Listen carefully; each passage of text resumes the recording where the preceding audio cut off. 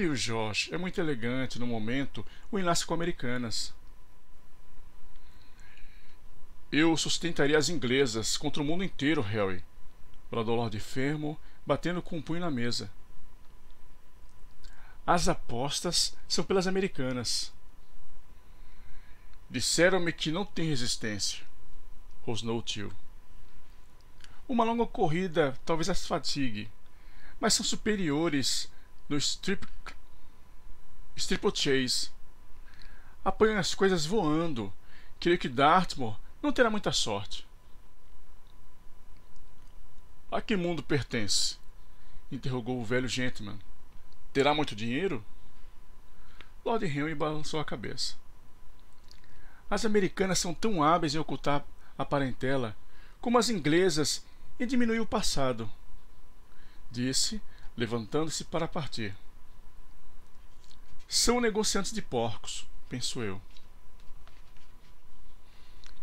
Espero que o sejam, tio Jorge, para a felicidade de Dartmoor. Ouvi dizer que a venda de porco é, na América, a profissão mais lucrativa depois da política. A dele é bonita? Pelo menos apresenta-se como se fosse. Muitas americanas assim procedem. É o segredo de seus encantos.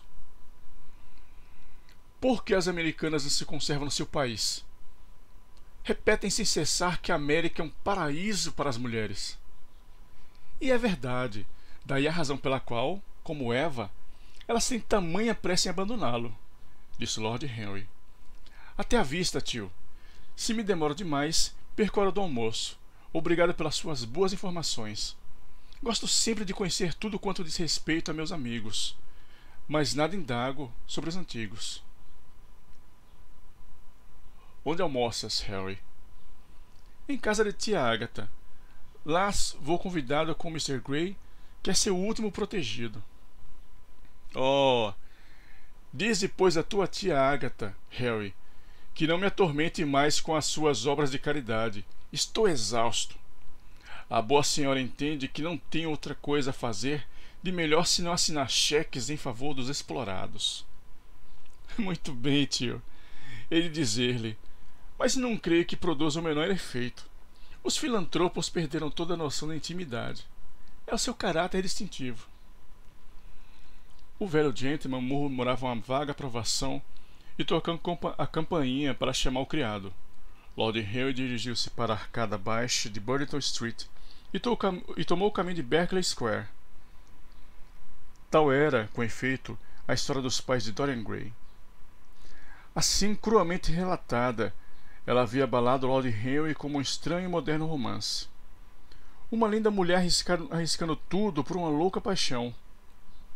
Algumas semanas de felicidade solitária, de repente destruída por um crime hediondo e pérfido. Meses de agonia silenciosa e, por fim, um filho nascido entre lágrimas.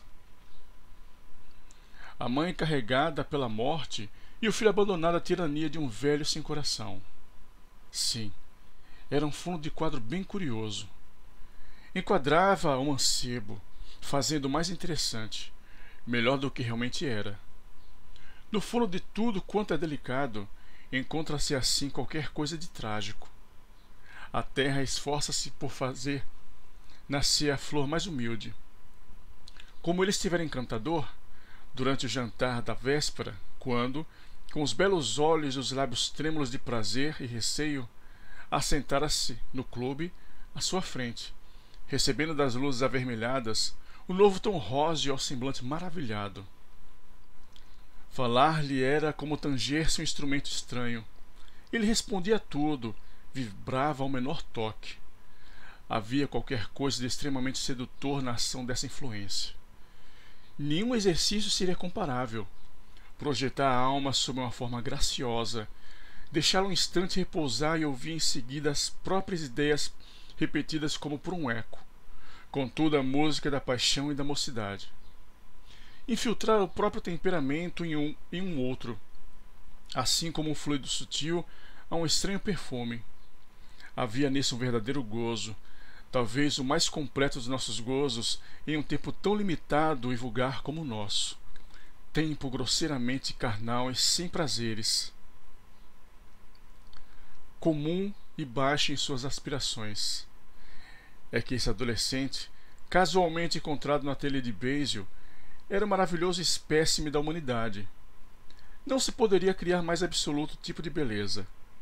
Ele encarnava a graça, a pureza da adolescência, todo o esplendor que nos conservaram os mármores gregos. Desse modelo era possível tirar tudo. Dele se poderia formar um titã ou um brinquedo. Que desgraça estar tal beleza destinada a fanar-se. E Basil, como era interessante, sob o ponto de vista psicológico. Uma arte nova, uma maneira inédita de conhecer a existência sugerida pela simples presença de um ser inconsciente de tudo isso.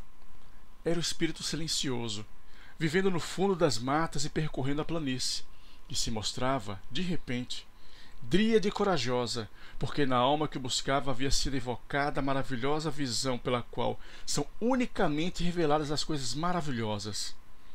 As simples aparências das coisas magnificando-se até o símbolo, como se não fossem senão a sombra de outras formas mais perfeitas, que elas tornariam palpáveis e visíveis. Como tudo isso era curioso! Ele lembrava-se de qualquer coisa análoga na história. Não seria Platão esse artista do pensamento quem primeiro o havia analisado?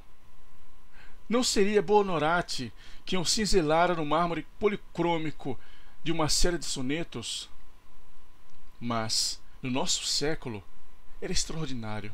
Sim, ele procuraria ser, junto a Dorian Gray, o que, sem o saber, o adolescente era para o pintor, que lhe havia traçado esplêndido retrato.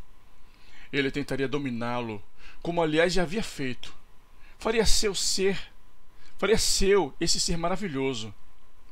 Havia qualquer coisa de fascinante nesse filho de amor e da morte. Súbito, Lord Henry parou e espiou as fachadas. Percebeu que havia ido além da casa de sua tia e, sorrindo intimamente, voltou. Penetrando no vestíbulo, o mordomo disse-lhe que já se achava à mesa. Entregou o chapéu e a bengala ao criado e penetrou na sala de jantar. "Retardado como habitualmente, Harry!" gritou-lhe sua tia, sacudindo a cabeça. Lord Henry inventou uma desculpa qualquer e, sentando-se na cadeira desocupada junto dela, olhou os convivas. Dorian, na ponta da mesa, inclinou-se intimamente para ele, com um rosado de satisfação nas faces. Em frente, achava-se a Duquesa de Harley, mulher de um natural admirável e um excelente caráter, amada de todos os que conhecia. Possuindo essas proporções amplas e arquiteturas que os nossos historiadores contemporâneos chamam de obesidade, quando não se trata de uma duquesa.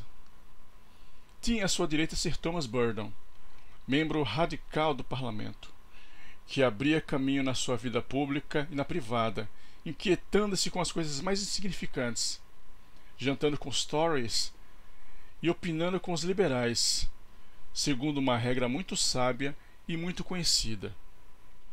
O lugar à esquerda era ocupado por Mr. Erskine de Tridley, velho e gentil homem, muitíssimo simpático e cultivado, que se habituara desagradavelmente ao silêncio, havendo, como uma vez dissera a tia Agatha, dito tudo quanto tinha a dizer, antes da idade de 30 anos. A vizinha de Lord Henry era a Sra. Vandeleur, uma das velhas amigas de sua tia, uma santa entre as mulheres, mas tão ridicularmente vestida que lembrava um livro de rezas mal encadernados. Felizmente para Lord Henry, ela tinha a seu lado Lord Faldell, mediocridade inteligente e entre duas idades, tão calvo como a exposição ministerial à Câmara dos Comuns, com quem ela conversava nesse tom intensamente sério, que é imperdoável erro em que tombam e ao qual não podem escapar as excelentes pessoas.